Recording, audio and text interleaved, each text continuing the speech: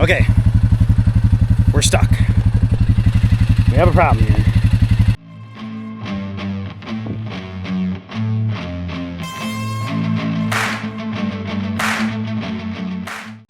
Good morning, welcome back to Ohrmundt Simmentals. All right, it is Saturday morning, and that's a little bit later, but I don't know, screw it, it's my birthday. I can get started a little bit later today. So what I'm gonna do this morning, I moved those cows last night. I know I fed them a bale.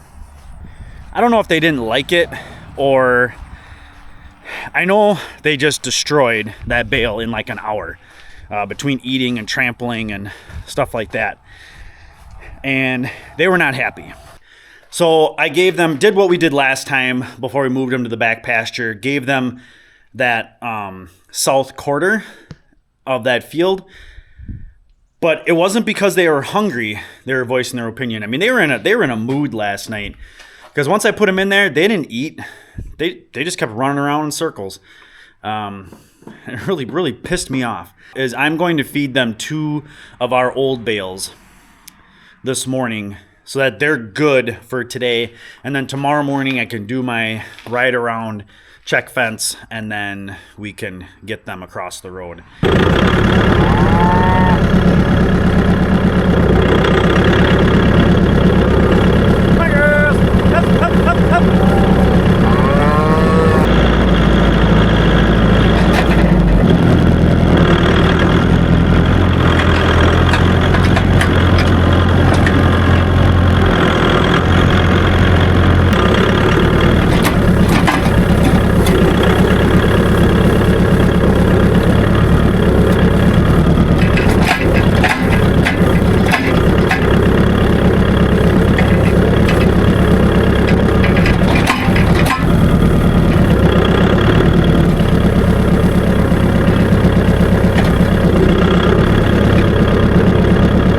Of course, if I have them all in one area, darn it, I'm gonna take a look at them, because I'm not gonna have time to do it later. It'll be interesting to see what these guys scale out as, because it seems like every year it's like you see them every day and it's like they look good, but I mean, I know he's small. I mean, he's one of the twins, but you know, it's heifers like this and heifers like that. I think they're in that 400-pound range. I think 400, 450 right now, you know, and we're gonna wean in about a month, you know, so hopefully some of these guys get over that 500-pound mark. I don't think, I mean, in talking about like guys like that and heifers like that, you know, so they seem a little light,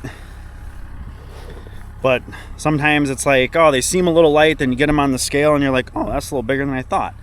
But then, you know, you've got nicer steers like this, you know, heifer, but out of a first calf heifer, you know, so I mean, some of them are maybe going to be a little small, you know, but some of these calves, they might really take off once we get them on feed too.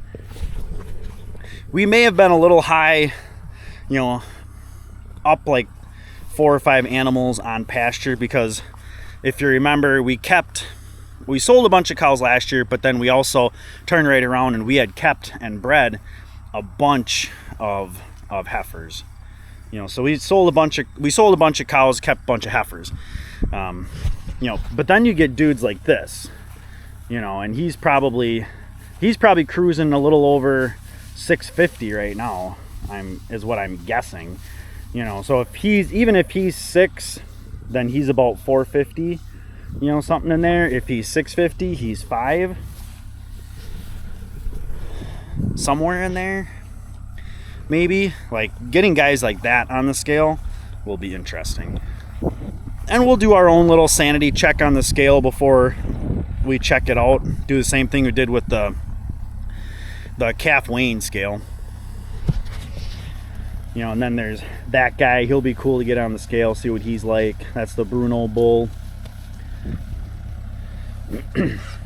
The other thing that we will do is, since we have it, this field back here is we're planning on doing for corn silage.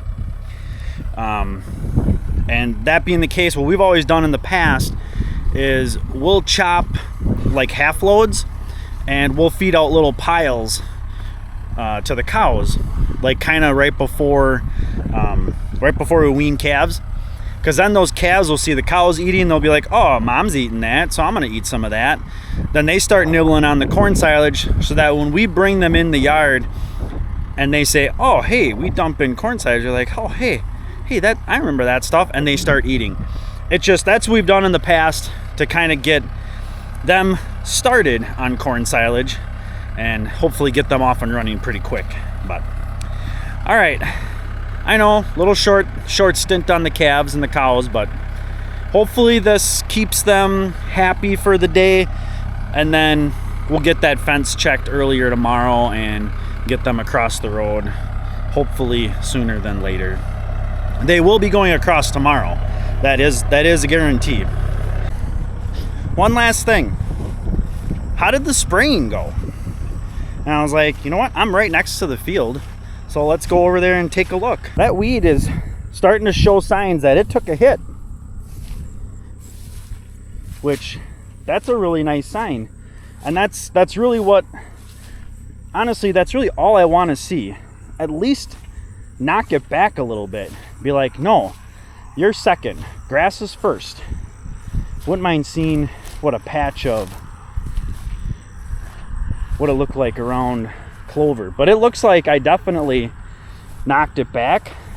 Now, I don't know if this was fresh clover that's come up since I sprayed. I'm not sure.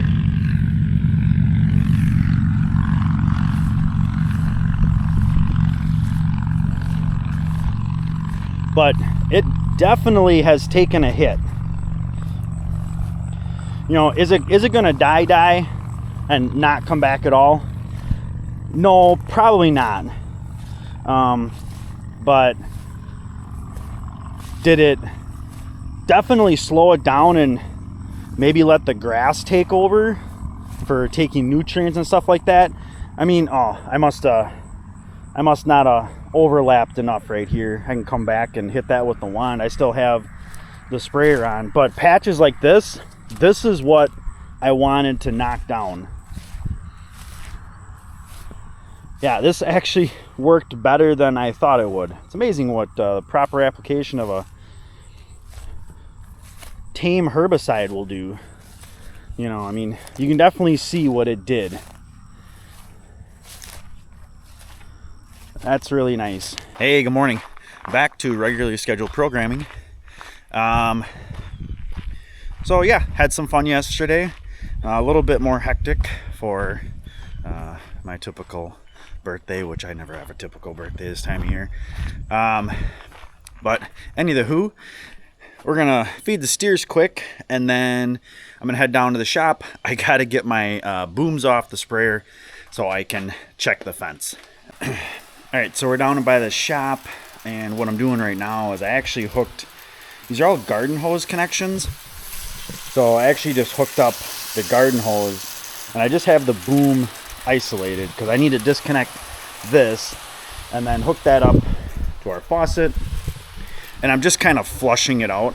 I wish I had a small bottle of Dawn dish soap to flush it out. I'm not looking to like neutralize it or sterilize it so I can put whatever I want in there, because for me personally, 99% of the time, at least in the near future, I'm anticipating the only thing I'm going to run in here is probably like some form of a 2,4-D compound. I don't think I'm going to be putting Roundup in here because it's mostly going to be for pasture weed control. Okay, easy peasy. So basically what we're doing now is we're just going to drive along. I'm not going to go real fast, but it's just going to be a nice little drive. We're looking for major issues. There shouldn't be any. Little minor issues typically aren't a big deal, and I can usually spot the major issues pretty easily. As you can see, there's some okay grass out here. It came back pretty decent.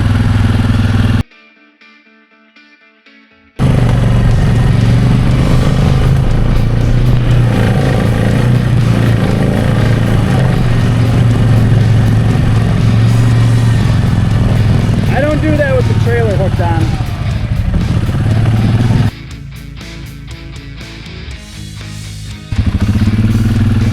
What I am noticing a lot though up on top here, which is a really nice sign, a lot of red clover coming up. Which a couple of years ago, this was just bluegrass with very, very little clover. But there is a lot of red clover popping up, which is really nice to see. So it is greening up.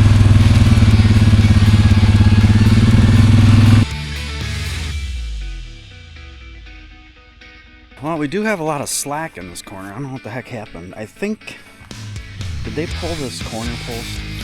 Oh, that's what they did, those jerks. Yeah, the cows, I think they hooked this one gate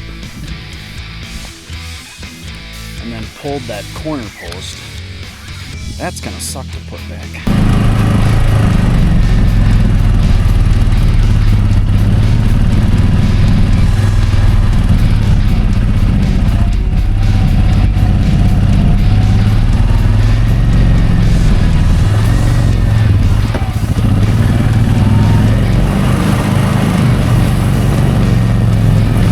You can see it a little bit better, how this drain ditch kind of goes, and then it'll down there by those big popples right there, then it kind of bends to the right and heads off towards the soybean field.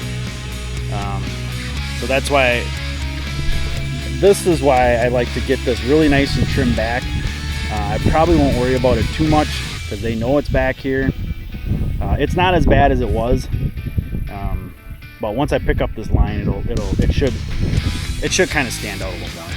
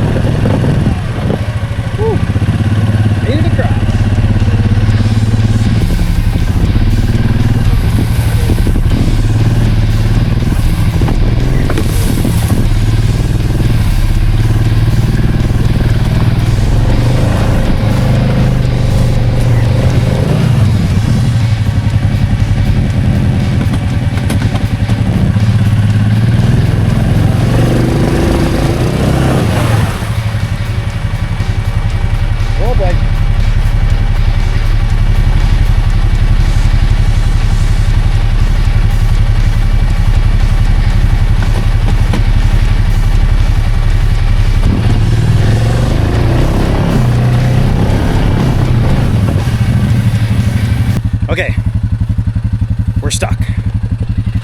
We have a problem here. So this is literally the second time I've ever got this thing stuck in the mud.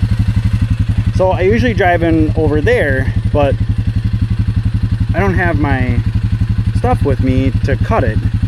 And it's so low, I'm like, oh, well, maybe I can drive through here. I know it's a little wet, but that was a mistake. So I do have a winch on here, but I don't know if I have enough strap to get over to that little tree there. I might, otherwise I have nothing in here. Let's see what happens. That's a negatory, big shooter. I know I put this strap on here a couple of years ago because 99% of the time I only use it for plowing snow, and this strap works really good for plowing snow, but it's only about 20 feet long. Okay, we got the strap back on the winch. So let's go get a chain. It's a fun day, fun day. All right, we're back. It's a nice little hike. I grabbed a 10-foot chain and the come along just in case. I'm still gonna try and get off this thorn apple. It's kind of a sharp turn, but if I can get the four-wheeler up here, I'm fine. And then the come along, honestly, with the come along, I probably could get up to here. So the come along, I really just grabbed that because I didn't have a longer chain in the shop. All the chains are at the farm, and we normally do that. But the come along's got like a 30-foot cable on it, and it's a bigger cable than I even have on the four-wheeler. So yeah, I think I'm gonna go to that one. That'd be a lot nicer. All right, and then I'll flip it back when I know I have enough.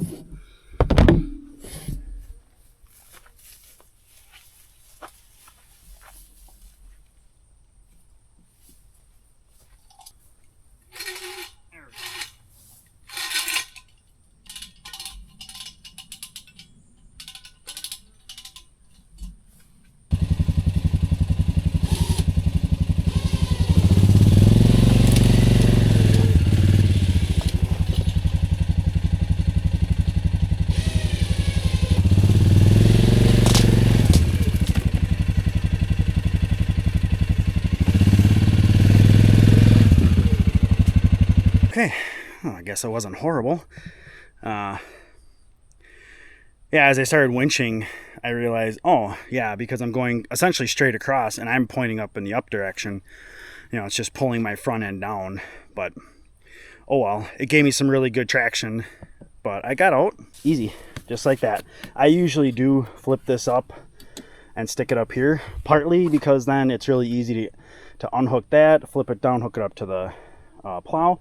Plus, I'm just about maxed out as how much I can fit on that wheel on the winch. So yeah, one of these days we'll get a new winch cable. I got stuck in the snow once. That's a lot. It's honestly a lot easier to get stuck in the snow than it is to get stuck in mud with this thing. And again, Mudlight XTRs. I've had these since it was brand new. Just in the last year, I've started to notice weather checking, and I've got 3,000 miles on it. And I plow a shit ton of snow, personally. I guess I shouldn't say it, a ton of snow. I plow a fair amount of snow. So it gets, you would think they'd be more worn down than they are. I'm a little crooked here. But Mudlight XTRs, I wouldn't mind getting another set. Don't know if that'll be the next set of tires I get for this thing, but they're definitely on the list. Let's reconvene where we were an hour ago. We really only have about 10 minutes of checking fence left. That's the annoying part.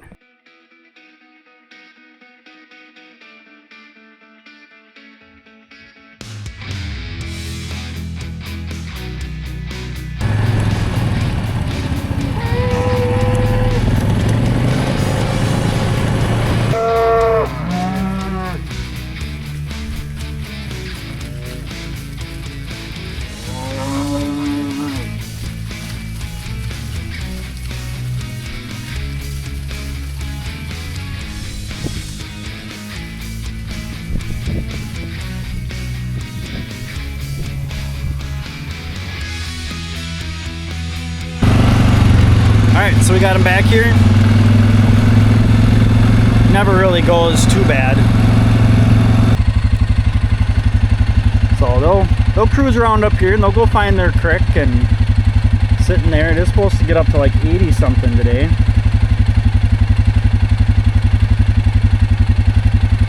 And I'm gonna go take a little break.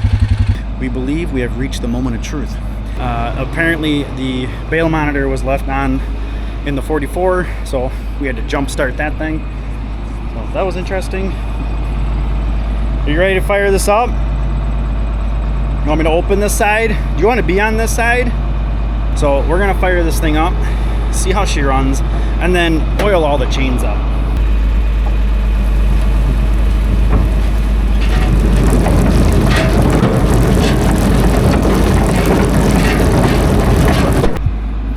So we're making progress.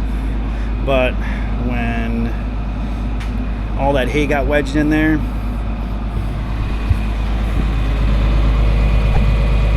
it actually dented right here. This got caved in. So that bubbled this area out here. So when these bumps hit one of these rods, it's hitting. And we had that once before. We were able to actually pull most of that little bubble out, or that dent out, and it worked just fine. It's on the same roller but on the left side, so we'll have to work on that now. Not today. So like I shown, we just, we discovered a new issue, which I guess is kind of par for the course. We couldn't remember if that dent was there in the first place or if that was a new dent. So here they are. They are just chilling, taking advantage of their fresh clover, fresh grass. I do need to get them their mineral, but that's not tonight. Maybe tomorrow night when I get home from practice. And yes, tomorrow, this coming Monday is when we start our afternoon schedule. So I go to work in the morning, and like right before 3 o'clock, I jump in my truck, drive to school, do practice, and done about 5:30, and then I come home, and if I got to move cows, I do that. Dad has anything for me, then I do that then. So all right, I gotta head back. I gotta feed the steers, but that's about it for me for the day. So we're gonna call this the end of the day, end of the video. It is Sunday night. Hope you guys had a great weekend. Hope you have a good week coming up. As always, if you have any questions, please leave them in the comments. Hope you liked the video. Hit that thumbs up button if you can. And if you haven't yet, please don't forget to subscribe. And as always, thanks for coming along.